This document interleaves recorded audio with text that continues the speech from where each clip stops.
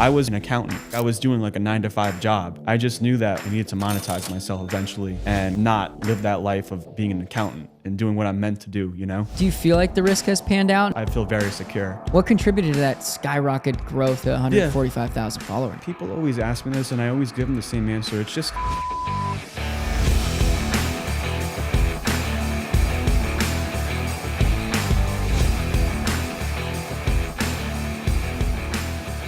What's up, everybody? You've got Ryan, CEO and one of the founders over at DubClub. I'm joined in the San Francisco office by Jordan, the CEO of PropBomb. It's a fun story we've got today because Jordan has technically been selling on DubClub and giving out advice on X now for years, but selling on DubClub for a little over 2 years, though he didn't really start pushing it until less than a year ago, and he's had a very successful tenure.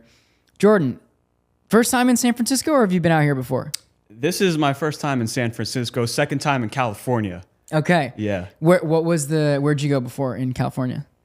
Los Angeles. LA. LA. Nice. LA. It's been a while though. It's been a while. So this is like it's a breath of fresh air to be here. Yeah, and it sounds like you got some of the San Francisco local treatment. I heard, you went over to Boudin, whatever, the bread place over by the pier. Yeah. Got some clam chowder. Nice. That's always nice. You're right by the bay, Yeah, and you're from Florida. I don't know if you've had like East Coast clam chowder versus the stuff out here, but no, not really. No, I mean, yeah, South Florida doesn't really have that type of like. Maybe it's more so just fish in general. Yeah, not really seafood. chowder. I think that's more so like North Maine, Boston type thing. Yep. New England, right? Yep. So yeah, so I had to try it. I'm in the area. Yeah, how was it? Scale of 1 to 10. How would you rate the San Francisco clam chowder? I really thought it was really filling for me. I mean, it's not so much protein, so to say, right? Like it's kind of like liquidy, but it did its job. Filled you up? Yeah, I had it in like Nice. a sort of chilly day. It's not so cold, but yeah, it filled me up and did the job. Did the job. Yeah. So Jordan, we're gonna go back in time to kind of talk about how you got to where you are today with your business and your presence on social media, but catch the audience up a little bit on like the scale of, if they're not looking at your Twitter profile right now, it's like the scale of your social following. You're, how many of tens and tens, if not over 100,000 followers. What are you up to recently? What's the most recent follower count? Yeah, predominantly like most of my work is on my X account. So I'm sitting at like maybe 145,000 followers. Ooh. Yeah. It's always a lot of people that listen to what you're saying. Yeah, it's always crazy. It's like colleges have like 30,000 people. So it's almost like that's incredible. Like 5 colleges. Yeah. You're 5 colleges worth of following. That's pretty awesome. That's a good way to look at it. I guess I never really quantified it that way. Incredible. So 145,000 followers. How long have you had your X account? Probably like 7 or 8 years. 7, 8 years. Yeah. How long have you been putting out like active sports betting content? Is it same amount of time, 7, 8 years, or did you start to pick it up recently? Yeah. So we can get into that afterwards, but I think 7 to 8 years is when I started.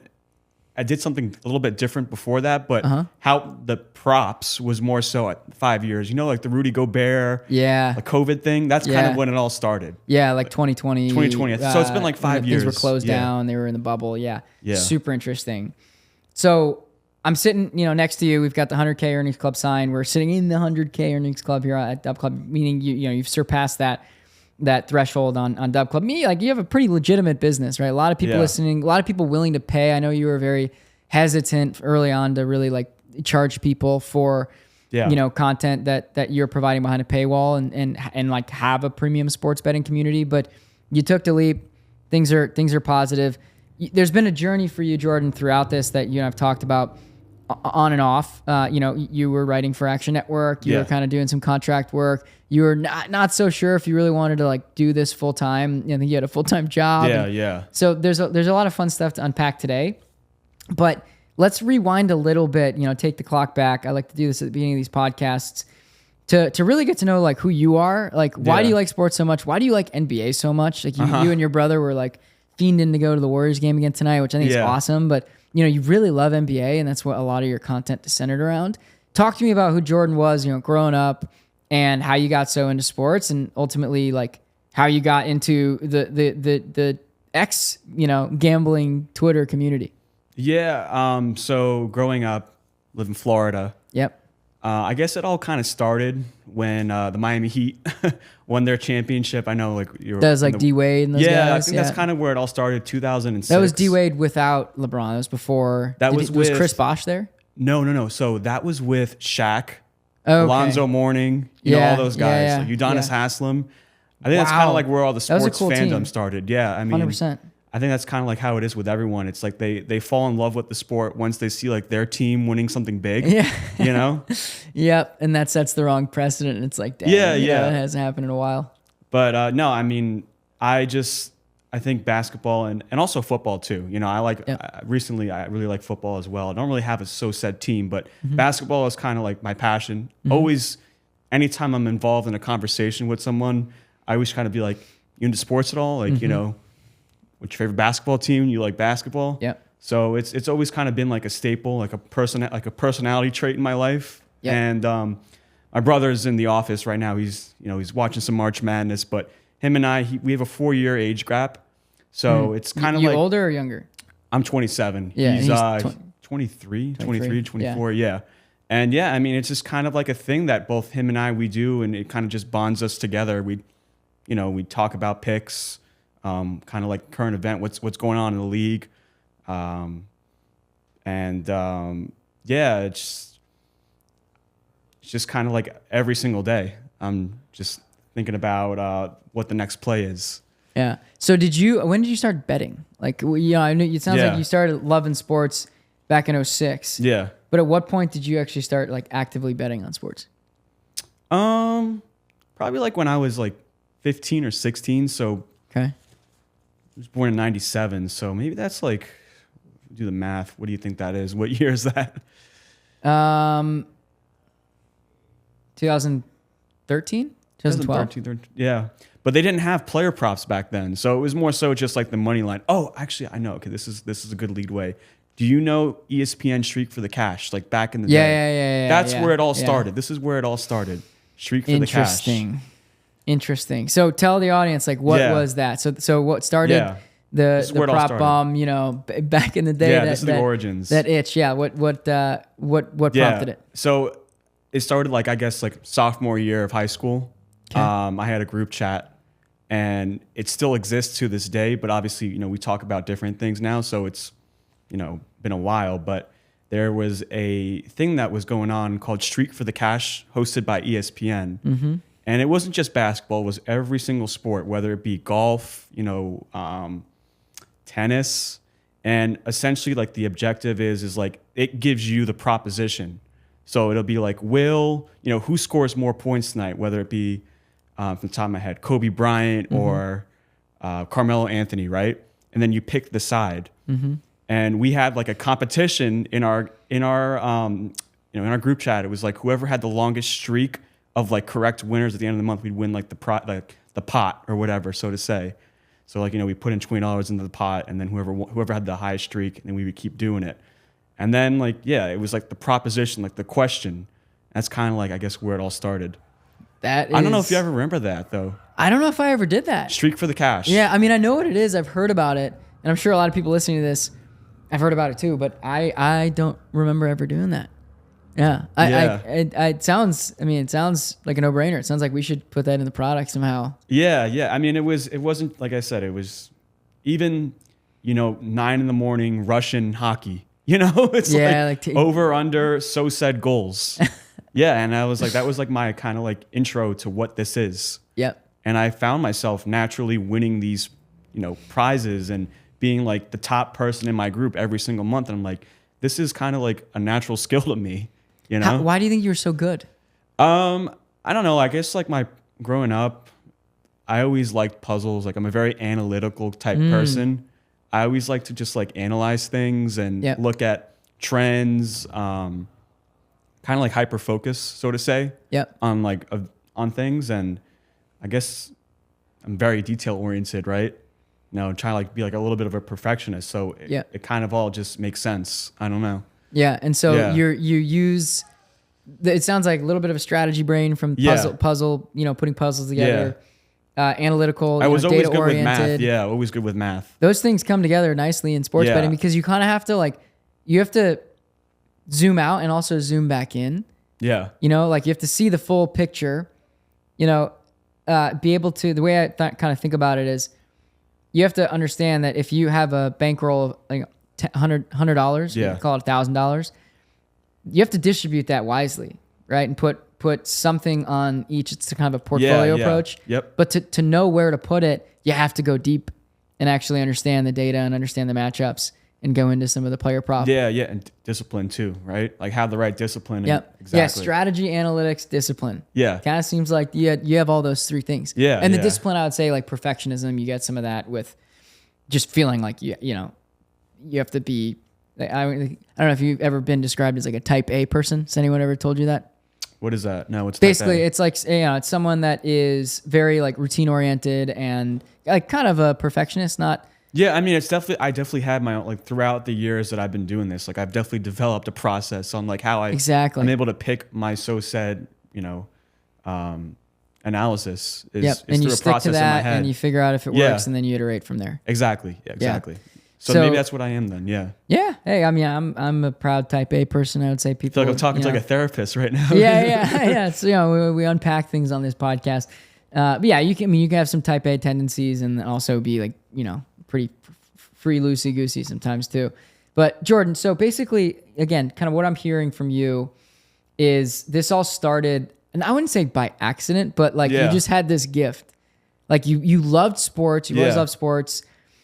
You got, kind of hooked on it a little bit in 2006 when the Heat won the finals, which there were, some pretty good years after that too. And from there, you start, sophomore year, it sounds like you did these streaks for cash with a bunch of buddies. Yeah. And you realized, wait a minute, I'm actually pretty good at predicting the outcomes of these events. Mm-hmm. And even if it's like super random, like Russian hockey. Exactly. Russian hockey. So then what happened after that? When did you decide like, oh, wait a minute, I should start giving this stuff out, giving my advice out on a forum like X? It sounds like that was years later that you got to that point. So after Streak for the Cash, I guess like the next sort of like hobby or like passion I kind of like threw myself into was just FanDuel and DraftKings, like daily fantasy sports. Yep. If you know what that is, Yeah, of course. Yeah, like a 60,000 said salary. Yep. And you have to allocate that to like the different positions and build like the perfect lineup. Yep.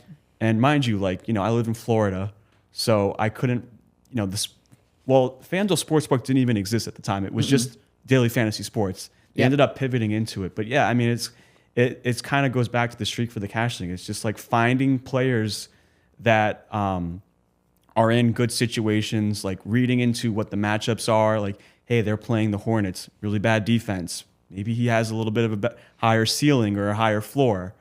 I mean, I used to do that, and I used to actually sell picks. Like I would sell my my final card, like my actual lineup, on my Instagram account.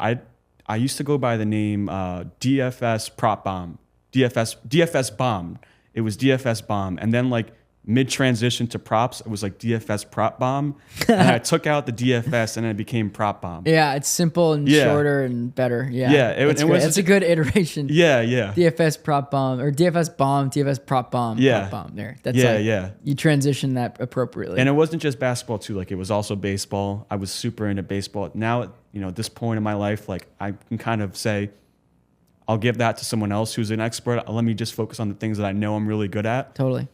It's just like scaling back. But yeah, no, it was football, basketball, and baseball. And I mean, I did it for like 3-4 years until maybe like I was doing this during college too. Like I was doing college, and like I get back home after doing some work and grind out like a lineup and sell it or whatever. Yeah. Actually, with Sriracha DFS, he could tell you the same thing. Him and I, we go way back. So if he's listening to the show, like that's him and I, cool. like we would collab, and we would like try to talk some shop in the DMs, like way before like the COVID pandemic hit. So that's really cool. Yeah. And you guys, your social presence was way smaller back then. Oh, both of you guys. Yeah, I had like 4,000 followers, maybe. Yeah, like not even close to where I'm at right now, which is crazy to even think. So what do you think contributed, right? Because, this is before COVID, around COVID. What contributed to that skyrocket growth to 145,000 followers? I always say, so people always ask me this, and I always give them the same answer. It's just like being in the right place at the right time.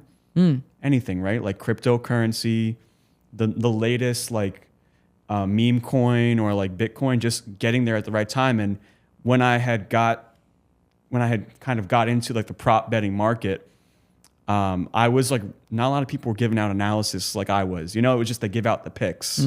I would give out like a whole story on why I like it. And I was also maybe like there was maybe 10 to 20 people doing that. Not to where it is today, where it's like there's thousands of people doing this. So I just happened to be there. Like I was one of the first like OGs in the space. And I guess that's kind of what stood me out. And like I was able to grow exponentially from it. Do you feel like you built a pretty good brand because of that? Like, and as someone who's just like, you were in college.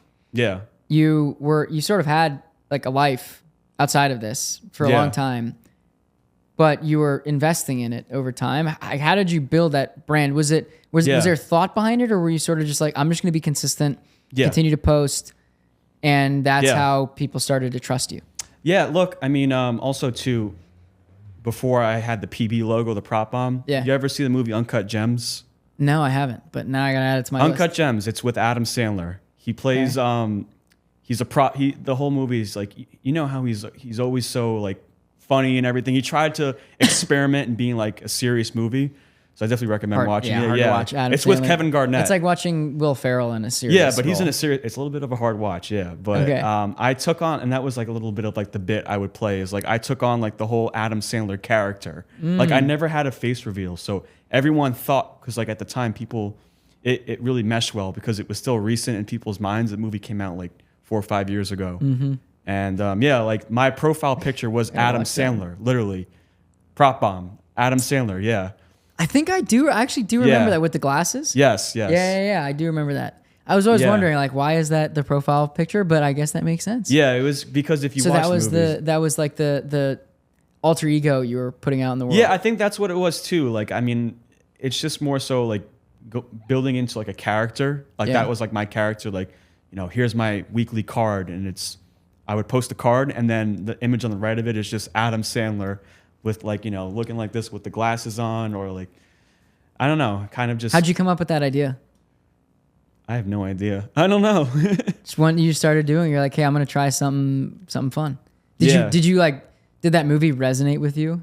Or did you think your followers would like it? I mean, he's in the movie, he plays like a degenerate gambler that bets on NBA, like Kevin Garnett, like he's with Kevin Garnett. Is it a good movie? Yeah. Ending's kind of crazy though. Okay. Ending's kind of crazy. Yeah. I got to watch it. It's on my weekend list. But yeah, no, like going back to your question though, Ryan, like just the way that I've kind of like stood out myself is just like the consistency and the transparency that I guess you don't really see that often these days from people. I built a reputation. Like I've always had friends in my corner. I'd always kind of go to them and they'll be like, I'd say, hey guys, I just reached a new milestone. Just got 25,000 followers on Twitter. And they're like, oh, that's cool, man. Are you making any money out of it?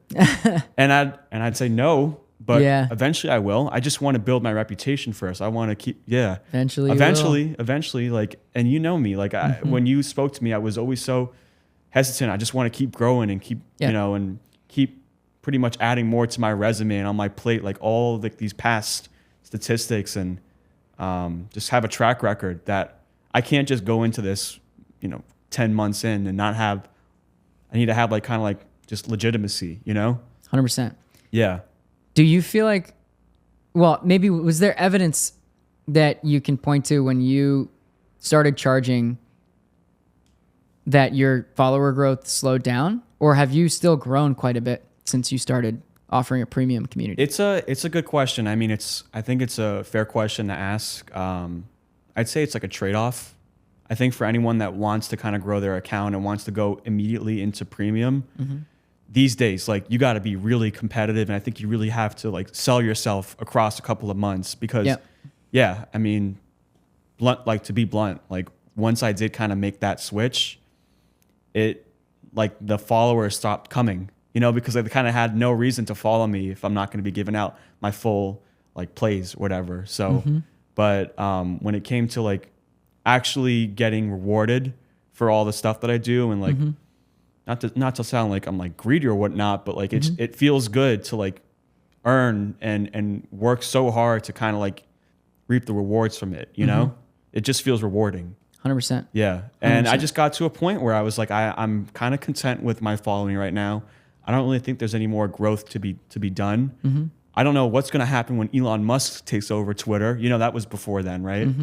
And I think I'm like ready to like make that jump. And I keep saying this, like you gave me a couple of calls and I was so hesitant and I had a lot of pushback. Rightfully I was like, so. I'm not ready to do this, man. I want to just keep growing. I want to just keep being comfortable and growing. Yeah. But comfort to you meant what? Yeah, I mean, you know, because were you like how was your financial situation? You know, like it sounds like you were working full time and also doing some contract work. Yeah, like I guess like another kind of like jump start to like me wanting to be monetized was that I was also balancing while doing this for free and, you know, at the time working for Action Network, I was also an accountant. You know, like I was doing like a 9-to-5 job. Yeah. So it had to be like worth it for me. And it was tough to live a normal life. Like I'm doing what I'm doing now. And I know people also do this too. So you can do it. But I just knew that like I needed to monetize myself eventually and kind of not, you know, live that life of being an accountant and doing what I'm meant to do, you know? Did you like being an accountant? No, not really. I mean, I didn't really see a career path with it. I majored in marketing and social media analytics in college. That's actually very relevant for your job now. It is, yeah, it is. You know, being the CEO of a sports betting, you know, consulting business where most of your top of funnel comes from social media. Yeah. It happens to work out, and I'm also, you know, I like sports too, so all three of it kind of goes together. But yeah, I mean, I kind of out of college, I didn't really know what I wanted to do with my life, and I just took the safe job of being an accountant, you know? Safe but hard. Yeah. I mean, this would be a busy time of the year for you. Oh, yeah. Right, I did around tax season. Did it for 4 years, and PropBomb was always just this like small little thing that was preventing me from honestly growing my career there. Yeah. I was always kind of like distracted. I guess you can't really say distracted at this point because it ended up being worth it, but I just knew like I had to pick a path because like if I was going to do accounting, I wanted to advance my career, let's say like manager, senior manager, PropBomb couldn't be a part of it. But then I was like, why would I give up PropBomb, something that I've done for 3-4 years, I've built? Like it would be so hard to just step away from that. So what if I just see this out in its whole, you know, and take a risk on myself? If it doesn't pan out, I could always jump back to the accounting world, you know? That's right. That's a good point. So how do you feel like the risk has panned out, and how are you feeling now from a risk level standpoint with your business, with PropBomb? I mean, like, do you feel like you're in a secure spot? Do you feel good? Yeah. That's the biggest thing is I feel very secure. Great. I mean, it was. I'm going to ask you why. Like, what makes you feel so good? It just was funny too. Like the company that I was working for, I actually like got a couple of calls from some coworkers, and they're like, "Hey, by the way, they actually laid off a couple of people on our team." So I was like, maybe if I was still with them, maybe I could have been one of those people. But it's a very like fulfilling feeling and safe feeling to know that I'm my own boss. I set my own kind of like hours. I could really like. I'm never going to be at risk of being fired, you know, especially like in this industry, like the sports industry, whether it be Action Network, Vegas Insider, all these companies, they're a lot of turnover because of, it's just a lot of turnover. So just feeling safe is, I think, in itself already worth the risk. Yeah. So you feel safe from a job security standpoint? Yeah. Because you can't fire yourself. Yeah. I mean, you could, but you're not going to. Yeah. But what about from like a financial standpoint, like money coming in the door every month? Yeah. You feeling like you're able to pay the bills, which really there's not a lot of overhead for your business. Yeah. But pay like personal bills and stuff, you know. How does that feel and why?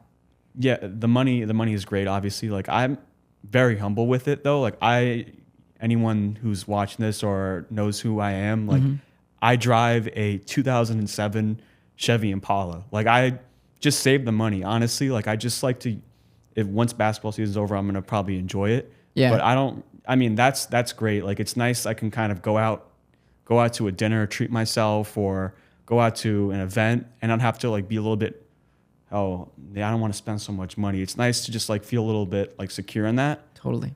Definitely like a little bit of a weight off my shoulder. And then also like paying rent. Like, I'm never frantically like, oh shit, like I have to pay it. Mm-hmm. So yeah, I mean, I hope that answers your question. Yeah, it does. It totally does. It feels like the income. The reason I ask is like, really, at the end of the day, we want to make sure. I mean, we're building DubClub to make it really easy for you, the creator, you know, building your business, to grow your premium sports betting community, and for, you know, other people to join. Like, make it really easy for them to find the best creators and you know, be a part of the communities, benefit from the content you guys provide, and the information that's shared, and honestly just the fun that people have in there. So the reason why I'm asking that is important for me as the founder, CEO of the company, to know that you feel comfortable and good that your business is in good hands with us, you know, powering it as your technology absolutely partner. Quick and short answer is yes. Yeah. Yeah. Good. Yeah. Good. So I want to, you know, get a little bit more into like, how the hell did you find DubClub, and what were you doing before you started selling on DubClub? Yeah, I mean, everything was everything was on X, right? Just for free, like posting free plays. Everything was free. I guess I kind of just found X or DubClub because like you guys, it's kind of like what I was saying. Like, you're entered a like field that really was scarce at the time of paying people. The idea of helping people that are content creators like myself make money off of it in a digital platform. I don't really think I could name 4 or 5 brands that do it as good as you guys. So I think like entering in a field where your name sticks out, that's kind of like how I found you. It was, I guess, organic, right? I don't think I had to reach out to anyone for it. No. And when did you, like, DubClub aside, when did you transact your first like paying subscriber? When did you officially be like, all right, yeah, I'm going? Do you remember the date, you know, or time of year it was? Well, yeah, we talked about this off the podcast, but we did this 2 years ago, right? Yeah. We tried this out 2 years ago. It was just a test run. Yeah. Yeah. Good little false start, right? Like a little test run, and you were like, all right, you know, I'm going to pump the brakes a bit. That's exactly what happened. Yeah. It was a test run. I wanted to feel it out. Totally reasonable. I told you, I was like, I'll give you a call when I'm ready. But officially with you guys is the question, right?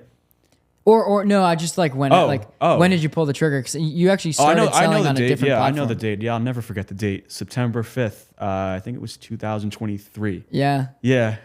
Incredible. Like right at the start of football. Listen. Yeah, right before football week, and that was 2 weeks after I actually quit my job. So you jumped straight in, deep end. I jumped into it. I knew swan dive. Yeah, because I knew that football season I was going to get extremely distracted, and I was also kind of like on the cusp too of my job just being promoted, and it was I didn't really know if I was so confident I was going to be promoted. So I was like, I know that I'm going to be busy come football season with my brand that I built, 100%, and I'm ready to kind of just like leave. Yeah, so that was like 2 years ago. Yeah.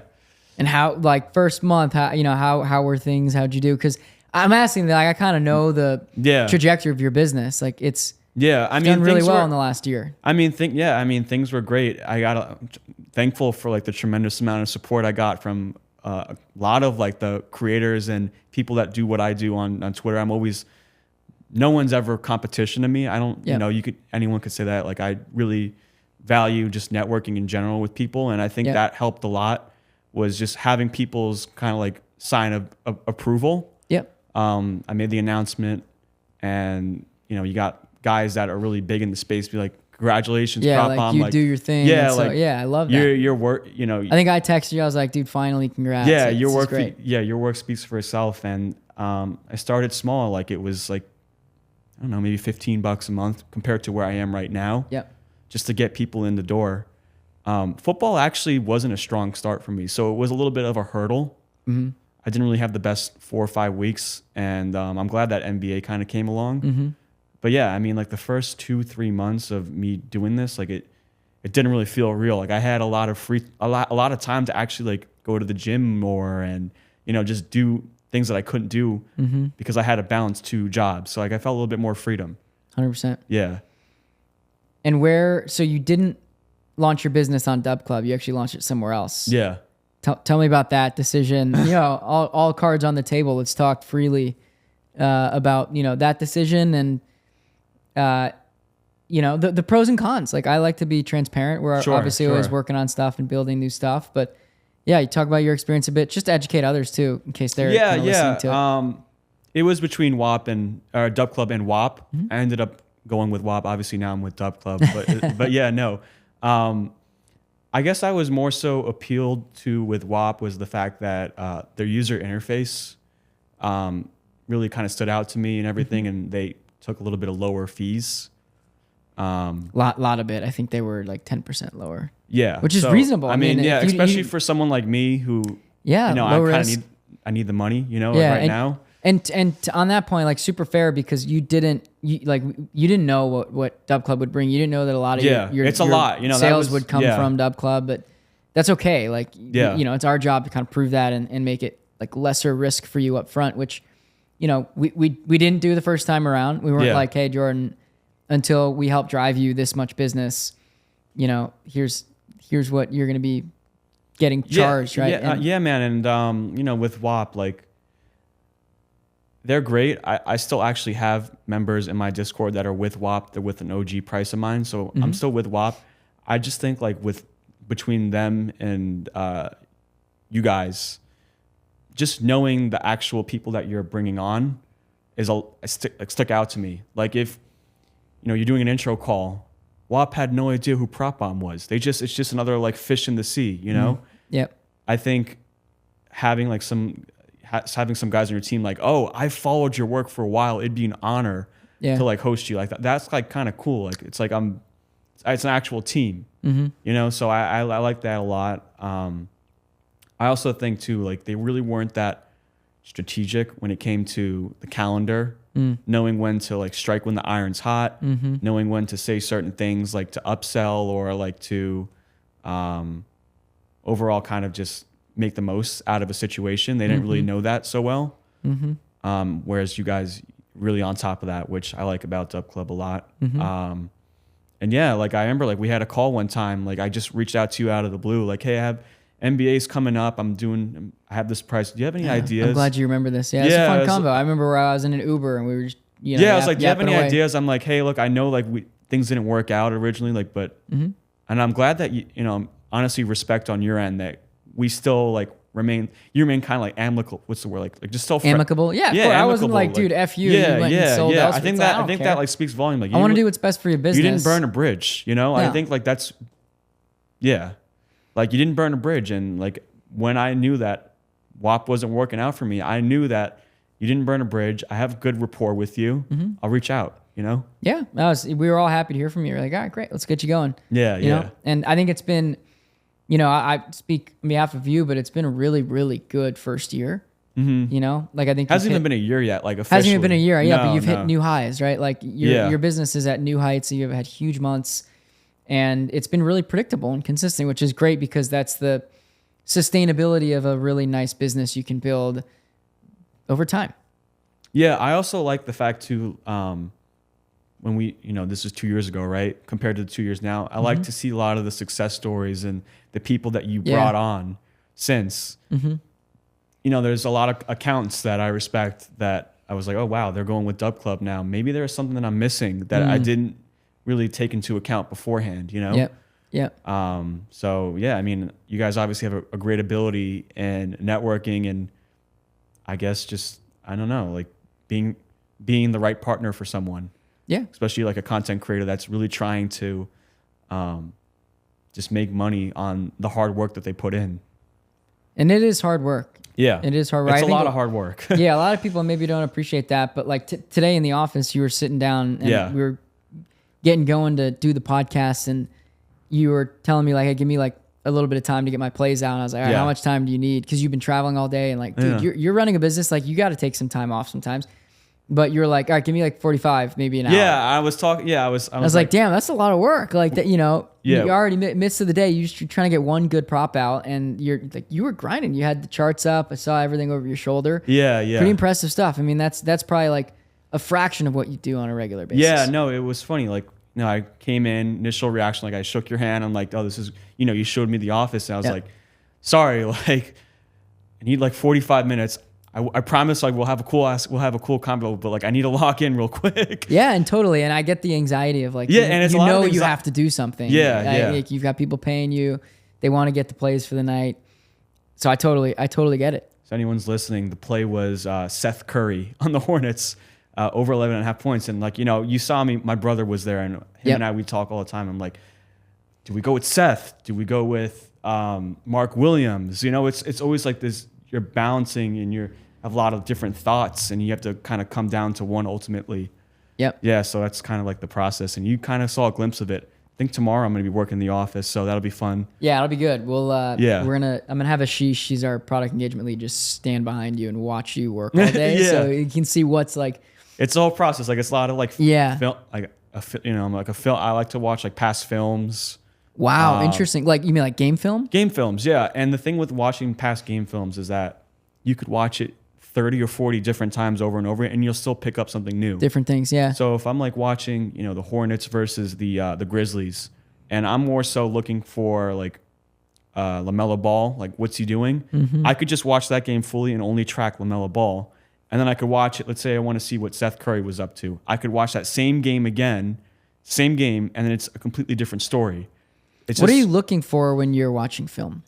More so like the matchup, how teams are kind of like, if there's a positioned, like if I want to take like a rebound prop, who's a player guarding? Is it like a non-shooting threat?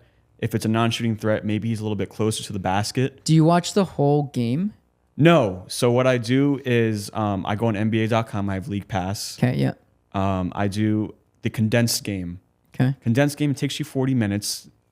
Sometimes I'll watch in like 1.5 speed, or if I see what I need to see, I don't need to watch the whole thing. Mm-hmm. Maybe if I see like 4 or 5 plays of it, of what I want to see out of it, mm-hmm. It's like, okay, cool. Like, I know what I need to see. And sometimes too as well, like anyone who's wants to know about like watching film, on NBA.com, if you look at the stats, there's like a blue hyperlink on like the field goal attempts, and it will take a minute and it'll show you all their shots throughout the game, even the misses. I think the misses are important, Yeah. That is fascinating. It's a whole process. That's really impressive that I used to have to watch game film, but for a different reason when I was playing football, and it was like, yeah. It's funny. I'm looking for outliers too. Like, hey, let's just say LaMelo Ball picked up his third foul with 2 minutes left, 2 minutes to start the third quarter. Yeah. And that's why the box score says he played 27 minutes, not 35. Yeah. So like seeing some outlier stuff that doesn't really happen that normally, that could also help you out as an edge for the next what prop. What does that tell you? What is that? It's like, or I'm watching a film, right, and the box score doesn't say it, but I want to bet an assist over or a rebound under, or a rebound over, whatever. I'm looking at the potentials. I'm looking to see if he had 5 assists and what were the actual potential assists, because it could show you that he had 12 potential assists, but what if 9 of them came from 3-pointers? 3-pointers are low likelihood of of a shot going in, but what if 9 of them came at the rim and they just stupid misses? So I want to see that, and I'll be like, yeah, that is very rare. I want to buy low. It's like the stock market, Yep.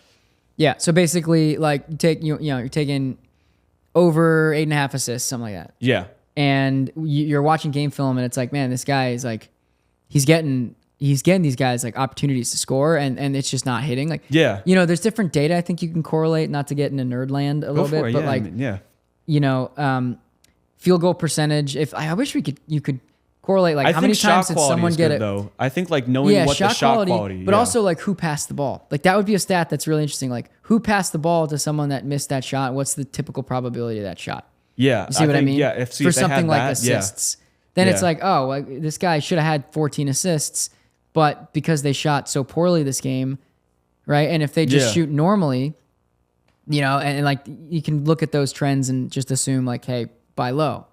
Yeah, that it's kind of buy low, dynamic. sell high. I treat like stocks. Agreed. There's so much data in sports. I mean, it's so Yeah, fascinating. I think with NBA though, like I think like people say like ball knowing, like you know ball. He knows ball. Like I think that kind of trumps eventually like the stats. Yeah. Because every single year, just know the flow of it. You yeah, can get just a feel knowing for balls it. or knowing the game and knowing what you're like the story behind it, right? Because 100%. ultimately next year it's going to be even tougher because data and everything. But if you can now take away the data and like actually watch the game, Yep. you can pick stuff up that the data doesn't pick up. And 100%. you'll always have, that's like what an edge is. Yeah. Yeah. It's like you have enough in your brain where you're getting a better and better feel for the game. Sort of. Yeah. Similar. Yeah. Yeah. So Jordan, they're obviously, getting back to like your business, this is the last kind of segment of the pod. There are obviously highs and lows, highs to the business, highs to betting, and lows to both. Talk a little bit about, let's start with the highs. What's been some of the highs of building the business, and then maybe some huge wins you've had from like an actual betting standpoint over the last year and a half. 2 years. I guess like the most recent win was just kind of fun. Me and my brother, we went to the Warriors game last night. We didn't, I wish I signaled it to everyone, but we gave out Russell Westbrook triple double. That was like plus 1,500. That was fun. That's a cool little win. But I mean, my wins are more so just like the long run wins. Hey, I had a really awesome month, or start of the season, I go like 15-2. So those are always like the wins for me. It's never like the short term, like the day of wins. It's the overall process. But yeah, I mean, like it's highs and lows of everything. Like I've gone through a very cold month where I start to question things and I start to be a little bit like gun shy on props, and it kind of affects like my outside life too, because I'm like I'm passionate about the work that I put in, and I hate losing people money. So like if I'm going through these things, it's like I just have to see the ball go through the rim, or I got to see the ball go in and for it to eventually heal. But it eventually heals. Cold stretches absolutely suck. It happens to everyone. Definitely affects like I said, the mentals, but it's a roller coaster. It's a roller coaster. I mean, there's highs and lows, but I think the people that will be successful in this business is the ones that can remain emotionless through it all. Yeah, remain objective. I think you need to experience it too.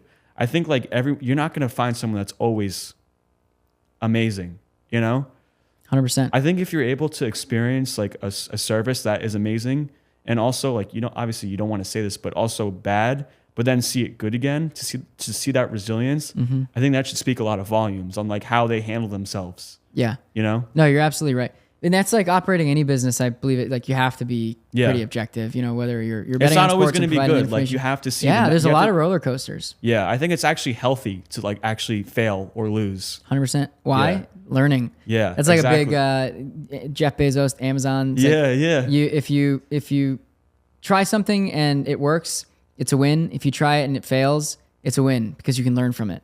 There you go. And you do all the research. You make a bet. Let's say you're like, hey, I want to try out a lotto. I want to try a couple, potential big tickets. Yeah, experiment with this. Well, all right, it didn't cash, but like, hey, we got kind of close. Like, I think I can actually like make something work here and do one every week or whatever. It's like, great. Let me do that for a little bit. I'll do that too. Like, like I'll experiment. I'll be like, hey, gang. I'll like refer to my team as gang. Like, hey, gang. Yeah, like, the PropBomb gang. Yeah, I was like, hey, gang. Like, what did you guys think about the release on this so-set prop? Do you like that I added this to the release? Always open to feedback. Yeah, it's awesome. That's awesome. Yeah. Jordan, it's been an absolute blast having you on the podcast. I appreciate you. It's already over. Like I was coming in and I was like, wow, I don't even know how long we're going to do this for. Yeah, we chalk it up, and we'll probably do this again, I'm sure, in the future. But absolutely, you guys have a Warriors game to get to, and I know you got to spend some more time with our team before we let you go. But yeah, it's been a blast having you on the podcast. Pleasure having you join, and I'm excited for good working session tomorrow when you come back. And get some good work done at the office. Yeah, thank you again, like for doing all this and for setting this up. I think it's a really cool experience. So I'm glad that I was able to get on in person and do this with you. Good, man. Win more together. See you all soon.